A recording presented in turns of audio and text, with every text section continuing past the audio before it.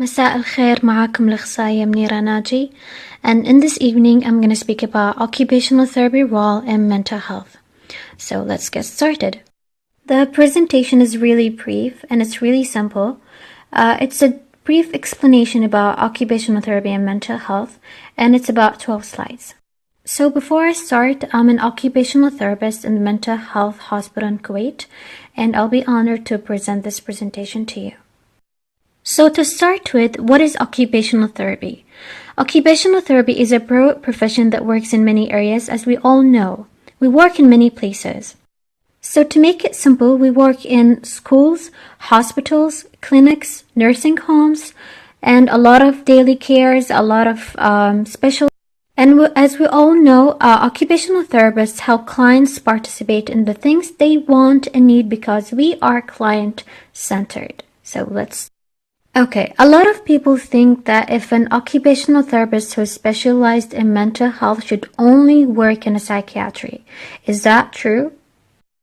Of course not. Occupational therapists specialized in mental health can work in many places sideway from the psychiatry. So where do we work? So where do OTs work in mental health? We work in acute care facilities, long-term care facilities, hospitals, skilled nursing facilities, community mental health centers, schools, outpatient clinics, correctional facilities, and homeless shelters. As for me, I work in hospitals, I work in outpatient clinics for both children and adults, and I work in daily care. And a lot of people don't know that we have daily care units for mental health. Yes, we do have daily care units for mental health to educate the patients and to monitor their progress daily. Okay, let's move on. So the main question is, what OTs bring to mental health? Occupational therapists are trained to provide therapy for people with mental illness through a variety of, for example, provide services that support mental and physical health, wellness, rehabilitation, habitualization, and recovery-oriented approach.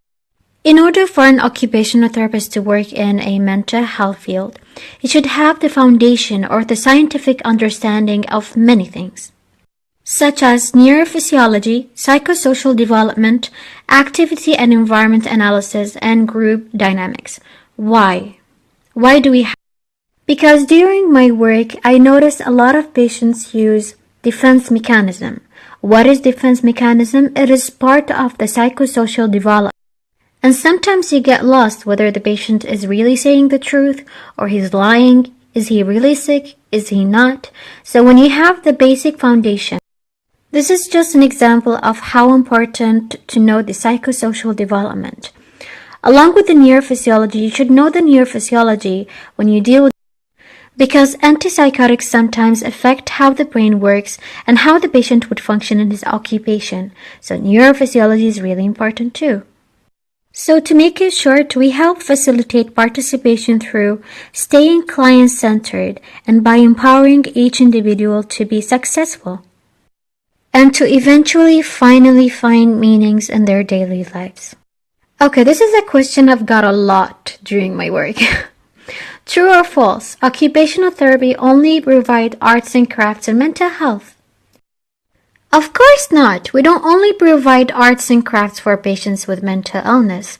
So what do we do with patients with mental illness? Let's see. So what types of things do OTs work on with clients in the mental health setting?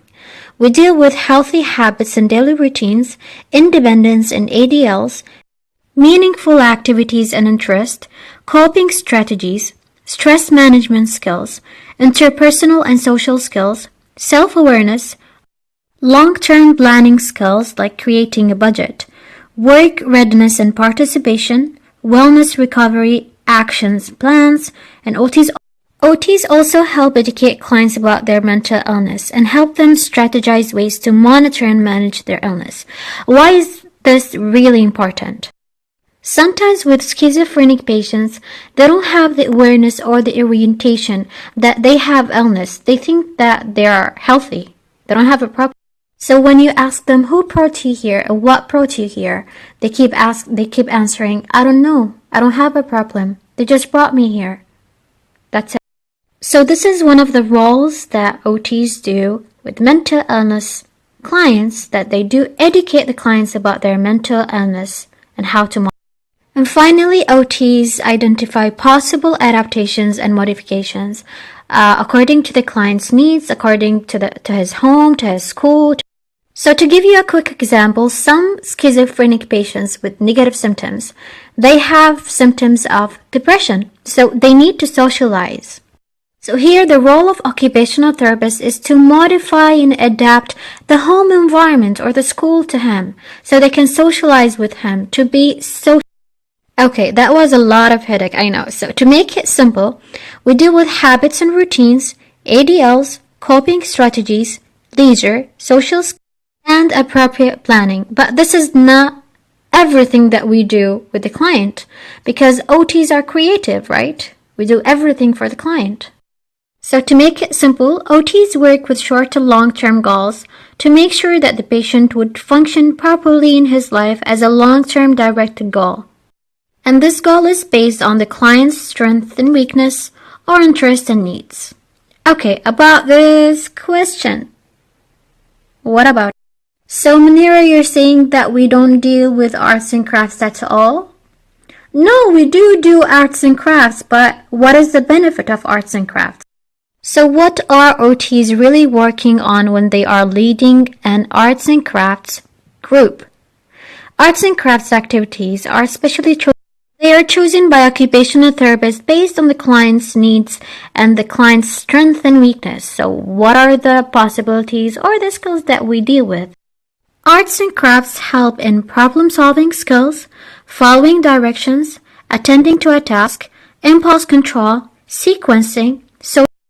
Okay, to give you another simple example, some patients with suicidal attempts or suicidal thoughts, they don't have appropriate problem-solving skills. So with arts and crafts, we help them to have a proper problem-solving skills and to direct their mind from the suicidal thoughts to positive thoughts. Arts and crafts are also a good way for catharsis. What is catharsis? Catharsis is the patient's way of letting all the feelings out. This is really helpful for patients with depression, so they can let their depressed thoughts out through drawing, for example, and to direct their feelings. Alright, so let's move on. So what else do we have to know? How do I know that this patient needs this and this patient needs that, and how would I deal with it?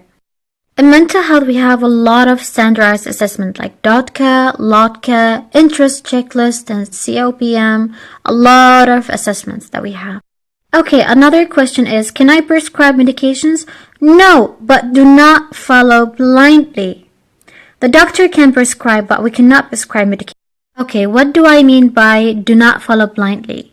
Some doctors might increase the dosage of the antipsychotics or the medications that they're giving. When you see that the effect of the medication is affecting the patient's or how the patient is functioning in his daily life, then you should consult the doctor.